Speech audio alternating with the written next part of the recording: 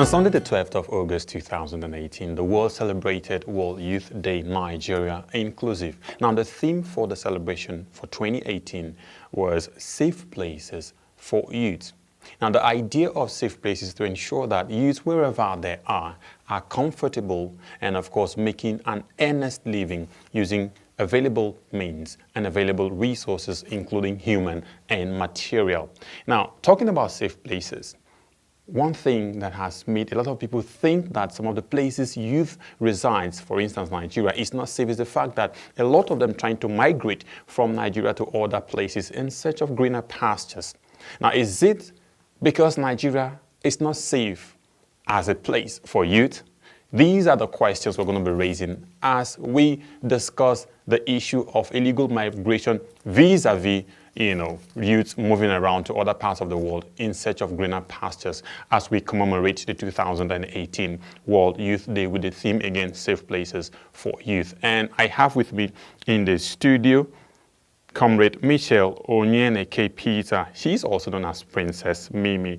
She has an NGO known as Mitchell's Youth Initiative for Sustainable Development, and she is also the treasurer of the National Youth Council of Nigeria. Welcome to the program. Thank you. Yeah, I just go to you were in the shed saying no to human trafficking and illegal immigration. But before we get to that point, it's good to know that you are a youth and you're championing the cause for, sustainable for youth and all of that. What would you say, motivated you to go into this kind of ventures? Thank you. Really, I started as a youth activist. I was the vice president of the National Youth Council of Nigeria while in school. So from there, seeing what is happening, cultism, social vices, examination practices, and all the rest, and seeing there's no direction for Nigerian youths, Nigerian students at that moment. So I have to venture into that. So even after graduating as a law student, I decided to just go on with the NGO thing because I think information is important. And for us to be in a safe place and to have a good, to be in a safe place, Nigeria, people have to be informed. Okay. A lot of law graduates respect their certificates a lot. So I'm surprised you packed your law certificate one side and continue with activism and, talking about civil society jobs and all of that. Now, how does that go down well with you? Yes, because I respect humanity more than the certificate. Okay. You understand? Because if you can have the certificate and you don't have humanity, the place is not secured for you. What are you going to do with the certificate? So you have to make sure that the place is safe, first of all. Absolutely. So that's why I have to leave the certificate for now. Okay, so what have you been doing in your initiative? Okay, we have been in our own little way. We have been we're into youth development, advocacy, just like I said earlier, informing the Nigerian youth, the areas of, maybe you can say there's no much of a youth development in the country. So we have to see that we're doing more in that area. Okay. Now let's get to the Youth Day for 2018, where we are drawing the basis for our discussion for today. United Nations say we should celebrate youth every 12th of August. And this year, we came together to say, right, wherever youths are in Nigeria, in the world, let's celebrate them. What's your impression about setting aside a day to celebrate these young people who make up probably more of the labor force of most countries? It's very important. And for my own person, I love that. And normally with my own NGO, we normally celebrate that. We're even looking up to the time that they will even make that day to be a public holiday. Because Nigerian youth, youth in general, we have the strength, we have the space. Do you understand? So it's to the extent that we're looking up to the extent when they will make it a public holiday. Okay, so you think the day is that important? It's very much important. All right, the theme for the year is Safe Places for Youth. And we are linking that with illegal immigration and human trafficking. Now, would you say that Nigeria is a safe place for youth, vis-a-vis the fact that every day we go to Libya, you hear news of returnees being brought back from very squalid and horrible conditions and stuff like that? Is it a safe place for us, youth in Nigeria? And I'm very happy about the theme, safe place for Nigeria, for youth. But the question is the place safe? Is it secured? Is it enabling? Which I would probably say no. Now let's start from safe. When you say a place is safe, probably it's safe from attacks, it's safe from hunger, it's safe from sickness, poverty, and all of that. Would you say Nigeria is totally not safe? As it were, that's why we're having cases of this kind of illegal immigration and stuff like that. Let me not use the word totally, but Nigeria is not safe. That's why you say everybody, even at the risk of their life. I'm doing the research, and we're advocating for that. We're enlightening them. A lot of them are ready to go, even when they know that it's 50-50, that your life is at risk. They are ready to move because they feel the place is not safe for them. They better leave this country. A lot of people won't agree with you that Nigeria is not safe. We have about the largest armed forces in Africa, and we're one of the most contributing countries to peacekeeping missions all over the world and all of that. So people will tell you Nigeria is safe. A lot of people agree with you. That means you didn't get me, and that was why I said it's not totally. Do you understand? It's not totally. To an extent, it is not safe. Yes, to what extent? So that is why, like what we are doing right now, is mentorship. There's no mentorship in Nigeria. People feel they want to mentor only their immediate family. But they forget that when you do that, only just for your immediate family, when the problem comes, it comes for everybody. Do you understand? So that's what I'm trying to say, that it's not that totally safe. And we're praying and we're asking the government and our leaders and even the youth themselves to make it safe. People say that one of the reasons you have this kind of illegal immigration is because youth are lazy. That's why the president, said that some Nigerians you do not think. They don't want to become entrepreneurs. They don't want to be job creators and providers. They want to be dependent on the labor market, which is saturated. Do you think we youth have taxed our brains enough, to provide jobs instead of relying on government and taking those kind of hazardous trips to the West? I disagree with you. Nigerian youths are not lazy. They're not lazy. It's just that the environment is not that enabling for them. If it's not laziness, why would someone take a risk that you could die? It's a 50-50 thing. And you see pictures of people being locked up in cells, hundreds of people in squalid conditions and like that. Isn't that the mentality of a lazy person? Anyway, maybe that's why I would say most of them, some of them, or very few of them. Okay. Do you understand? I won't support, that's why we're doing this advocacy of you leaving Nigeria. Nigeria is more safer for you than to take such risk. If you must travel, you have to do the necessary things. You have to follow the legal way to move. Do you understand? So leaving the country is not going to solve the problem.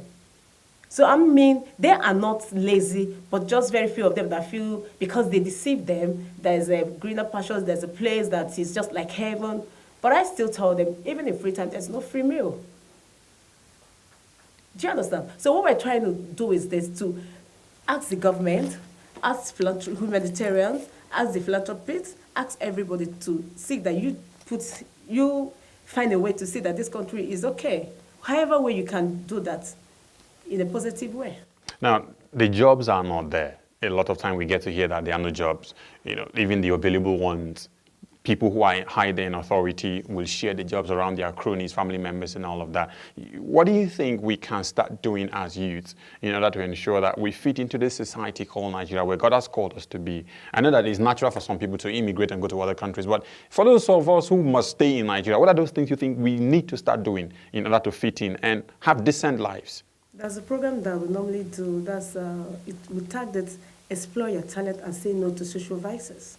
It's not just about waiting for the government, waiting for the white-collar job. You have talent. And if you think you don't have talent, National Youth Council of Nigeria, our NGOs, there are many NGOs, there's civil society, they're there to counsel you. So everybody, you have your talent. The problem is maybe how to bring it out, which you need a mentor, which you need someone. Do you understand? So it's not just about looking for white-collar job. You can succeed. Even most of the people that are doing very well, they're not the ones doing the white-collar job. So you have your talent. There are a lot of things they can do. Even carpentry work, you do it and make a lot of money. A lot of people see a lot of people see talents as some rocket science. When you say let's help you bring out the talent and stuff like that, if a lot of people think if you're not a musician, you're not an actor, you are not some kind of an arts person, the talent is not there. So if an ordinary person, probably a law graduate like you, comes to you and like, okay, I don't have a job. How do I harness, the inner parts of me to come out with something meaningful for my life? How do you go about mentoring those people? What are those things you've set aside? It's okay, when you come, we teach you this, we teach you this, in order for you to begin to make a life for yourself. There's what they call entrepreneurship. Do you understand? Mm-hmm. There's entrepreneurship. It's not just about music and all the rest. Do you understand? You can find, maybe you in a certain place, look at, there's no fruits around here. That is why you need someone to mentor you in that area. There's no fruit around here. If you start selling fruit, you'll make a hell of money. Do you understand? Just to have a business idea. Some people, there's this mentality that most And Nigerians you have. can start small. I know. You can start small. There's this mentality a lot of It's about Nigerians have. billions. You know, some people like, I'm a graduate. How do I go about beginning to hawk fruits or do some kind of petty trade like that? There's that kind of feeling where, for instance, you graduate after 4 years, 5 years, as the case may be, like you did 5 years, I suppose, in the university, and there's no job for you out there, and you need a break-even point. And seeing yourself stoop low to the point of, like you say, sell fruits, is that very common for Nigerians to do, especially the ladies?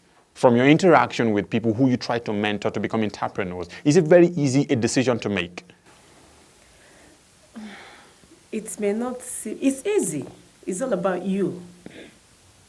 It's all about you and you believing that someone can mentor. Some people don't believe that someone can mentor them. Do you understand? Now, I know a woman who is a first lady in this country. What she does is just hide there. She sells fruit. How's she doing it? I think like coconut, they will dry it. You know, there's a lot of things they will do about it. And she sells it and she's making a hell of money. Do you understand? And she's a first lady. She was a former first lady. I can mention her name here. Do you understand? So it's not about who you are. It's not about name. It's not about being a graduate. Even as a graduate, there are a lot of them that started very petty. But they're millionaires today. Some people complain about startup funds because you say, for instance, you want to start a business. Let's just say you want to do, for instance, you want to start a tailoring shop. Basic things, you need a machine, tailoring machine. Basic, you need a space for yourself. Basic, you need some monies to get either cottons, materials, thread, needles, and stuff like that. Do you have affiliations with probably financial institutions, or there are groups you work with who help with basic capital for people to start business and become entrepreneurs? Okay, yes. If I answer that question, number one is that is very easy. If you're learning how to do as a tailoring, when you finish, you don't have to rush out. That's the problem. So what you do is, you have to continue from that place or look for another place where they will be paying you. So when they start paying you, you start saving money. You know you need a machine. From there, you make money. Designing is a lot of money, like in Abuja and other places. Yeah, because a lot of people... Even someone can make a dress of 80,000 naira. So which can buy you a machine and other things. Yeah, because... That's if you're able to put your head down and learn the work. So many times we say that it's a workshop, entrepreneurship workshop. The problem is this. When they finish, they want to start immediately. They want to start big. Okay. You have to count 1, 2, 3. But when you want to count 5 before you count, that's a problem. So those kind of people are the people that we want to see, want to train them, want to talk to them, want to inform them, you want to enlighten them. It's just easy. If you want to be poor, it's your decision. Anybody that is poor, it's your decision. You want to be poor. Even though we know the environment is not that okay, but you have to strive and you must survive. The thing is, a lot of entrepreneurship workshops come up every day. Like, I was in NYC Camp Abuja a couple of weeks back, and you see lectures, trainings on that and that. But it's been discovered over time that as soon as the trainer leaves, it ends there. There's no follow-up to say, okay, at the end, who is interested to start something? We can leverage, okay, we can, we have collaborations with probably employers, or maybe like you talked about fashion houses where we can attach you, like you say, for instance, you finish a diploma, they say, go and do IT. Or you finish your 4 years, say, go and do NYSC, where you can start getting these experiences. You just train, you leave those people alone. How do you intend to make them start up life when, after talk, you're gone? A lot of times it's like that. Do you have those kind of collaborations where you say, after talking, okay, can we attach you to these people? For instance, I come to you, you teach me how to be probably a video cameraman, and at the end of the day, okay, go to this place, go and learn, because after that, to get the camera is plenty of money, so how do I start? That's why a lot of people end up after the training and they go back to where they used to be. You're right. That's why we, the civil societies, would enjoy the government, philanthropists, to support NGOs. Do you understand? The problem we face, and as the younger ones, is that because some of them want a no name. Are you getting it? They want a no name. But they said the young shall grow. How will the young grow when they don't empower these new ones? In as much as you are genuine, they have seen what you are doing. The government have to support you. The people have to support you. Companies as their social responsibilities like MTN and all the rest. But unfortunately, some of them don't do that. So it affects the NGOs. Then okay, well, some of us have partners that are really ready to come up, as in to support the programs, not just talk. We don't just do talk, but it's about the person. Are you ready to come back? Even if they're not ready, wouldn't you have a way of making them come back so your talk will be in vain? That's why we keep doing the advocacy, going on radios, jingles, and all the rest, trying to talk to them. Because whether you like it or not, if it's bad for all of us. If it's good for all of us. So we have to make them good. Okay, we'll take a short break. You're watching the program, Issues of the Moment. And of course, I have in the studio Princess Mimi. When we come back after the break, I'll tell you her full name and what we've been talking about. Don't go away. Hi, I'm Prince David Adetunji Ade, known as I'm a lawyer and energy specialist. And I'm also running for the House of Representatives for Amak Buhari Federal Constituency under Young Progressive Party, YPP. One of the fundamental reasons I choose to serve as the people representative is to help push for the needed restructuring. Our regions were working well and progressing early days of after independence. There was healthy competition among the regions then, if you recall, but regrettably, things have degenerated so badly in Nigeria today because of too much power at the center. Today, the center has become too powerful, too bureaucratic, too slow and corrupt.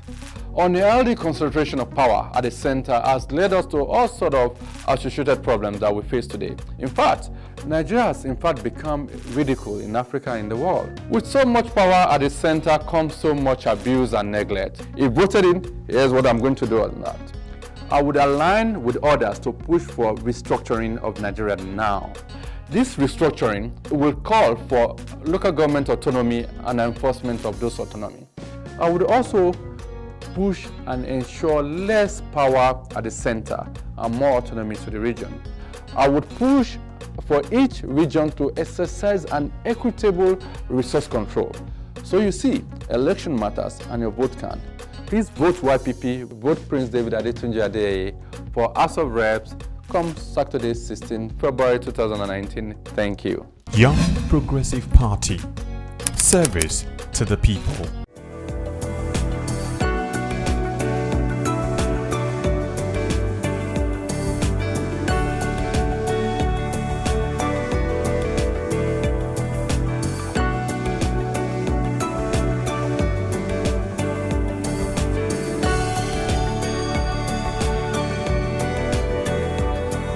Welcome back. If you're just joining us, this is Issues of the Moment coming to you from television Nigerian, and I have been speaking with Comrade Michelle Onyeneke Peters. She is of the Mitchell Youth Initiative for Sustainable Development. That's an NGO she runs, and of course she's also the National Youth Council of Nigeria Treasurer, also known as Princess Mimi. Now, just before that break, we've been looking at issues that will make Nigeria a safe place for youth. That's because we're looking at the theme for the 2018 World Youth Day, which is safe places for youth. And we are basing our discussion on the illegal migration of youths from Nigeria to other parts of the world looking for, greener pastures. That's because people think that Nigeria is not safe to get jobs, to live, and all of that. So that's what we've been discussing. And so back to our discussion. Welcome back, by the way. Thank you. Yeah, I understand that a lot of people who get trafficked are deceived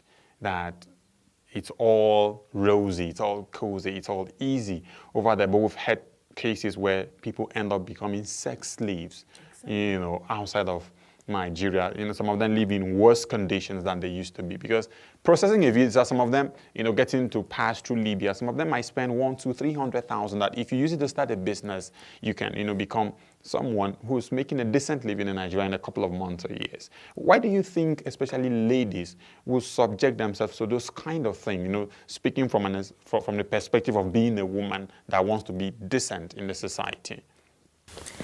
Thank you. You see, that's why we're very serious about it. I've taken this fight, and it's a fight to finish. Sometimes it's ignorant. I don't know if you'll be surprised if I'll tell you that I was almost trafficked. And I don't know. It took years. It took years, decades, for me to understand what would have happened to me. Now let's hear your experience. How was it like? How did someone get to talk to you to the extent of the traffic? Was it about outside of the country? Yes. Well, let's hear your experience. Okay, good. What scenario did the person paint to you to convince you that, hey, if I leave, it's going to be better out there? Okay, look at this. I was into acting as a young girl, just came out from secondary school. You understand? I'm a model. So this guy came up to me. He looked good. He dressed up, a very big boy. Do you understand? And I was still in my tanks. Do you get it? So this guy came up to me. I think he has been coming, looking at, Then he now came up. You can do this better outside. I'll take care of your bill. You make good money. Do you see that? So as a young girl, the problem is that what happened is I was so attached to my family. At that moment, they still pay my bills. I wasn't that, let me use the word, I wasn't that hungry. So I didn't have the grudge to leave. So look at this, the other way around. To someone who is suffering, it's a good opportunity for you to leave. Not because to help your family, because your family, you're suffering, and your family is suffering. So this is an opportunity for you to go out and come back or send money to your family. Do you understand this? So sometimes it comes in different ways. So how were you able to, not go, as it were? Because I told you that I was so attached to my family.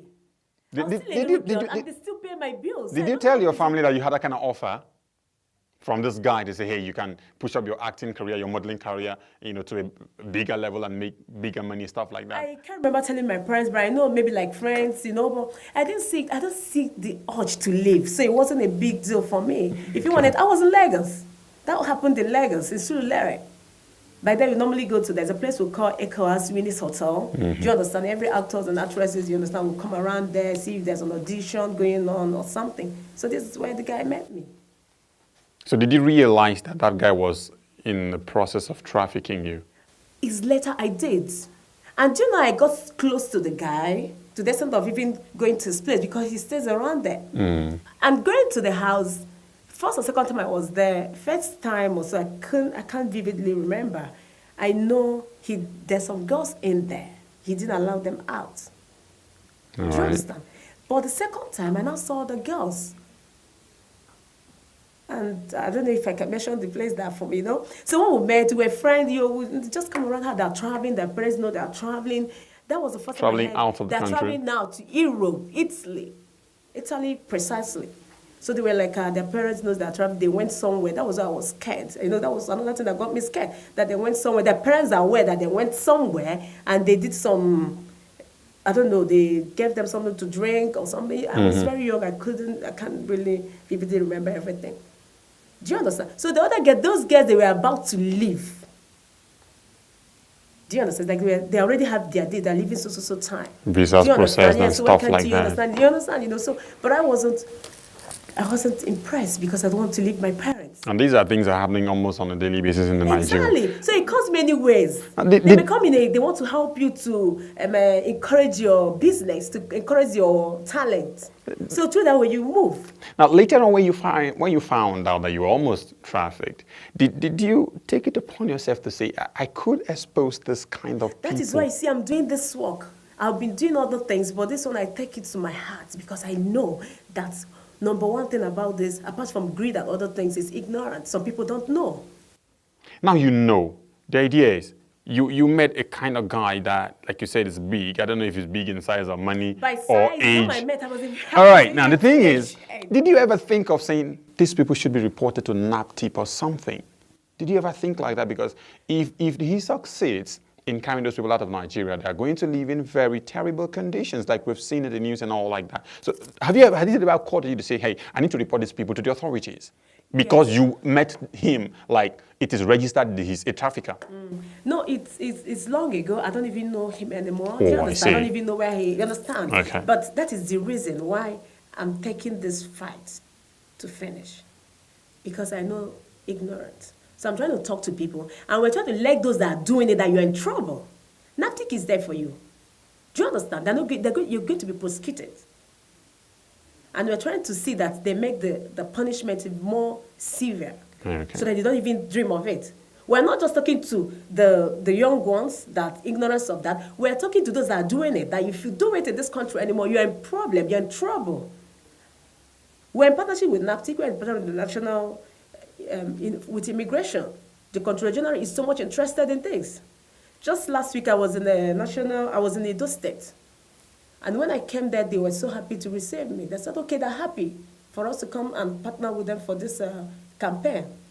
All right. So everybody in Nigeria now have said no to trafficking, to human trafficking. No, like Because it's evil. as we wind down, now, earlier on we were talking, you did mention that you've launched a project, you started a campaign.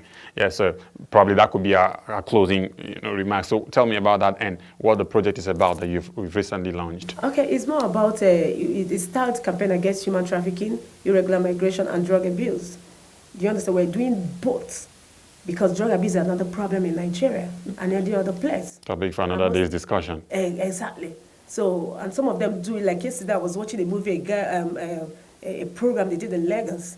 A girl, she was saying she's having headache, and a friend introduced her, why not take tramadol? And she did. If not that, she was able to report to her. And when she was misbehaving, or however, maybe after the day, the auntie asked her, what happened? What did you do? What did you take? She now said that her friend introduced her, told her to take tramadol. That was how they were able to talk to her, the evil of that, and now today she knows. So what about people that will do it for the first time and decide to close their mouth? So we're looking at drug abuse, we're looking at irregular migration, we're looking at human trafficking. We just flagged it up. And the immigration services, the Controller General, he's so much interested in it, and he have endorsed it. The NAPTIC, we're all working with them, and the NDLEA.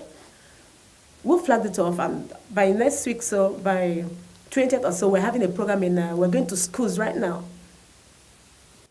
So it's not just about So we're meeting. moving around, talking to people. Even on the street, if I'm walking like this, I stop and talk to people, and you find out they don't even know about it, and they're already, some of them want to move because they feel the country is hard. Is it a feeling? Is it a feeling that the country is hard, or is it a fact that the country is hard? I can use the word, it's hard. It's hard. It's okay to but an it's something that extent. you can, to understand. Can manage, And it's something that you can manage. Like, suffering and But smiling, you- like fella talked about. Okay, I was just teasing, actually. Just so, your last word as we sign on now, what would be your advice to young people, especially the people that you're targeting, your target audience, for this campaign of, saying no to human trafficking, illegal immigration, drug abuse, and stuff like that, briefly? Okay, I'm not going to use the words. I always use that. There's no free meal, even in Freetown.